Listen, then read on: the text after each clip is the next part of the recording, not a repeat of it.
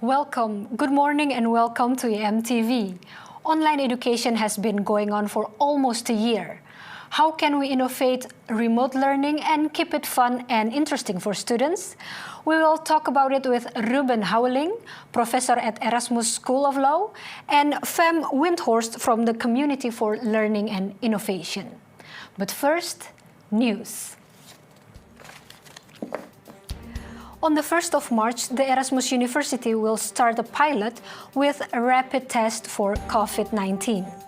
This study should provide insight into whether and how on-campus education can take place. University staff is on the brink of collapse, argue several organizations in a letter to the Minister of Education. For more jobs in higher education, 20 million euros had already been made available. But that is not enough, says the letter. More help is needed, and quickly. On Valentine's Day, the university launched the Erasmus Love Lab. Scientists will use the lab to conduct research into intimate relationships, love, and sexuality. The Love Lab is part of the Erasmus Behavioral Lab in Polak Building. Socks are probably one of the most underrated pieces of clothing. But apparently, it makes a good means to fund charities. These two medical students produce socks with bright colors and medical theme prints to support good cause. Iedereen in het ziekenhuis draagt over het algemeen witte werkkleding of een operatiepak. En het enige wat daar dan zichtbaar is, zijn de sokken. En zo kwamen we op het idee dat dat wel een heel leuke manier is om jezelf te uiten. Dus kwamen we met sokken met medische printjes. We steunen nu al meer dan 20 verschillende goede doelen. En dan kun je denken aan de Hartstichting, het Rode Kruis, KWF kankerbestrijding, maar ook Pink Ribbon bijvoorbeeld. En we hebben al meer dan €10.000 opgehaald afgelopen jaar. En dat geeft een kick. Dat is heel leuk. Soms denken we ook, het is hartstikke leuk dat bij elk paar sokken bijvoorbeeld een paar naar de daklozen gaan, bijvoorbeeld. Dat soort goede doelen vinden we ook hartstikke leuk om te doen. We zijn bijvoorbeeld laatst dan ook naar de Pauluskerk in Rotterdam geweest, waarbij we 400 sokken aan de daklozen hebben gedoneerd in deze koude tijden. Blijkbaar is echt een tekort aan sokken voor daklozen. Dus het was echt heel wenselijk dat wij sokken kwamen brengen. En dat is misschien ook iets waar mensen niet zo snel over nadenken, dat daklozen, dat daar zo'n tekort aan is, aan sokken. Dus ze zeiden, mochten jullie binnenkort nog meer sokken doneren, dan is dat meer dan welkom. Binge-watching a drama series instead of listening to a lecture? Well, for labor law students, this dream has become a reality. And when it comes to innovation, can entertainment and education go hand in hand? Joining us virtually today are Ruben Houweling, professor at the Erasmus School of Law, and Fem Windhorst from the Community for Learning and Innovation. Welcome to you both. And Ruben, for your labor law lecture, you are producing a drama series called Casa Loco. And before we talk about it, let's take a little peek of the trailer. Ah! Sorry. Ik wou even wat lenen. Zullen we dan nu maar gelijk de huisregels doornemen?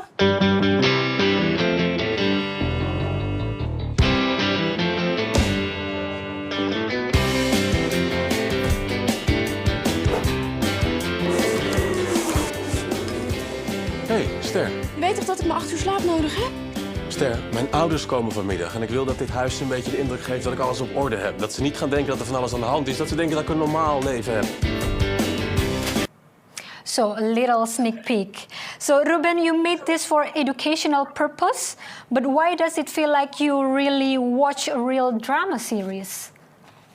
Yeah, well, basically because it is. When you start looking at it, Casa Loco, it's just your normal Netflix movie series that you want to just follow every episode. And yeah, well, you mentioned it's for labor law, but actually it's for the university, and I'm using it right now for my course in labor law, but it can be used by students from economics as well. But how can this drama series help students understand the topic better in your class, for example? Yeah, I understand the question. Well, basically, what Casa Loca does, it has a triple layered function. So at the micro level, that's what I'm doing right now. I'm using episodes, or basically snippets in the episodes, in my lectures, so I can use real life problems that students can relate to. For instance, in the first episode, there is this character called Eva. And she has an on-call contract, and she breaks her arm, and then she's sitting on the couch. She's saying, "Well, basically, the upcoming 6 weeks, I don't have any income." And it's and I'm using it in my lecture to say, "Well, is that correct?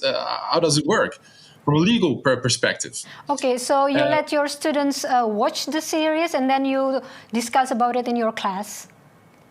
Correct. So that's the micro level. But then there's the second level, and that's well, there are 6 students, characters in the series, together experiencing all kinds of things that students experience from all different backgrounds. So there's also this multidisciplinary level that I can use to discuss with my colleagues with other disciplines. And then there's, of course, the third level, the macro level, in which we can address certain issues that aren't really related to one faculty. So it's not really law, it's not really economics, it's not really RSM. And then you can think of themes like inclusion, loneliness in this COVID times, or just fun. So all disciplines can use the series. That was the idea, and that's the whole concept of Casa Loco. And there's a second series called AR Academy, which is really linked to Casa Loco. So, for instance, in this first episode, when we're talking about an on-call worker, students can follow after the episode can follow a more in-depth series on the topic of on-call workers. So it's really an entwined concept. Yes. And so, Ruben, you make this for your students, but FEM Windhorst has something to support teachers. So the Community for Learning and Innovation has a website called Teacher, and this platform is offering teachers creative ideas to make lectures more interactive. And FEM, are teachers really making use of your platform? Well, actually, I hear it more and more lately, and currently we are campaigning to bring the website under the attention of everyone more and more. And I saw the amount of visits rising from 850 each month to over 3,000 now. So I'm confident that more and more people know where to go when they need inspiration or ideas for their course design. But that goes, people do that on different moments in the year. Yeah.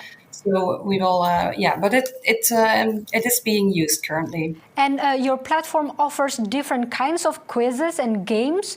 Do you know which method is the most popular at the moment? Since we are campaigning right now, the most recent ones are the most popular. And one of them is Learning Islands. And another one, which I would like to promote also here, is called 2 to 12. And that is a pretty old quiz on Dutch television. And it has been added to Teacher by students. They were asked, they had the assignment to prepare a class for their peers, and they molded it into a 2 to 12 quiz to see to test their peers if they what they knew about the subject matter. So I think it's a great way to generate more interaction. Yeah, it sounds interesting, but we see study after study of teachers collectively approaching burnout. Do you think that teachers still have time and energy to innovate? That's a good question. Well, first of all, I think innovation should never be a goal in itself, and but teachers' intention is to make life of lecturers easier. And so we hope by offering them inspiration and ideas that they can come with ideas for their course design quicker. Mm-hmm. On the other hand, I realize in these online times, the online activities that we offer do sometimes have a certain factor of technology there, using Zoom or Mentimeter. And I can imagine that's not easy for everyone. So I would like to reach out and ask people who need help getting started to knock on our door. So you can help them so they can save energy and their time also. I would love to help them, and I also want the feedback. Why are you not using it? Because we need to know what support we should offer. And Ruben, what's your take on this? Do you as teacher have time and energy for innovation? Yeah, well, I think we must not forget that the majority of all teachers, at least the ones that I know, really have a heart for teaching. So when it comes down to the primary process in teaching, we are really eager in learning. What's new? What's better? How can I improve my lectures? And then there's always the time issue. That is a fact. We cannot deny it. But when it's the primary process, so teaching, somehow we always find a way to make time. But it's more the administrative burden. I think that takes a lot of time, which is not really in the core business of our of our function. Okay. That's what. No. So we're going back to your series, successful series. So the series often go on for too long and have all sorts of spin-offs. Do you think you are going to do that too with your series? Right now we're running 5 episodes. So this is a pilot, which was created with the students, 4 students. And we're really looking for the feedback. So the feedback up to now is really fantastic. People saying like, "Wow, this should be a standard." It's really like a Netflix series. I'm binge watching the university. Fantastic. But I'm really hoping that we can do the second or a third season of at least 10 series. To produce such series as Casa Loco, it does cost a fortune. So how much did it cost, if I may ask? Of course, and it's true. I think as a teacher, you always have two challenges, at least two challenges. One is time. Do I have the time to organize it? And the second one is there budget? So luckily, and I'm really happy with people like FEM and CLE, the Center of Learning and Innovation, that really help us as teachers to improve. And there was also the budget. So of course I can talk a lot about it, but you want to hear a number. So okay, but what is the number? Casa Loco per episode, it's approximately somewhere between the 6,000 and the 8,000 euros. So it's quite expensive, and that's at the same time what we're looking at right now. How can we continue and make the cost less, or broaden the support? It would be great if Casa Loco would be something that goes national, and then talking about 6,000 euros is not so much. But how will you measure if this investment has been worth it? Yeah, so that's good. From the start on, we said, we need to measure what's the impact, because it can be fun, but we can watch a lot of things that are fun on YouTube or on television if you want. So we collaborate with the colleagues from psychology, and they're really researching at this moment what's the impact of the series. So that's one. On the other end, you can also say, the series has a certain impact in itself because it's innovative. It's branding the Erasmus. So there are a lot of hooks, if you like to call it like that.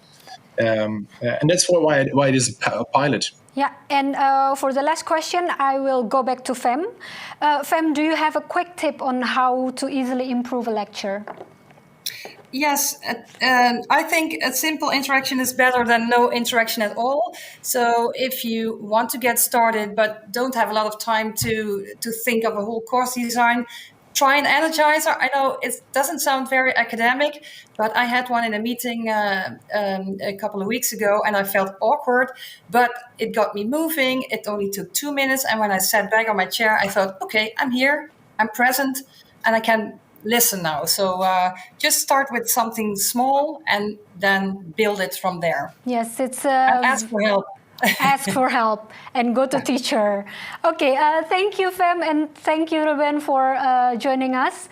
And you can access Casa Loco at casaloco.ur.nl and the platform teacher at ur.nl/teacher. But before you're spending too much time on your screen watching the series or browsing teaching ideas, I have to remind you that it is healthy to regularly put away your laptop. And what sorts of things trigger this anxious feeling? Da-da-da-da. I'm sorry. Da-da-da-da. I'm not sure I understand. Thank you all for watching. EMTV will be back next Thursday at 9 a.m. Go to erasmusmagazine.nl for the latest news.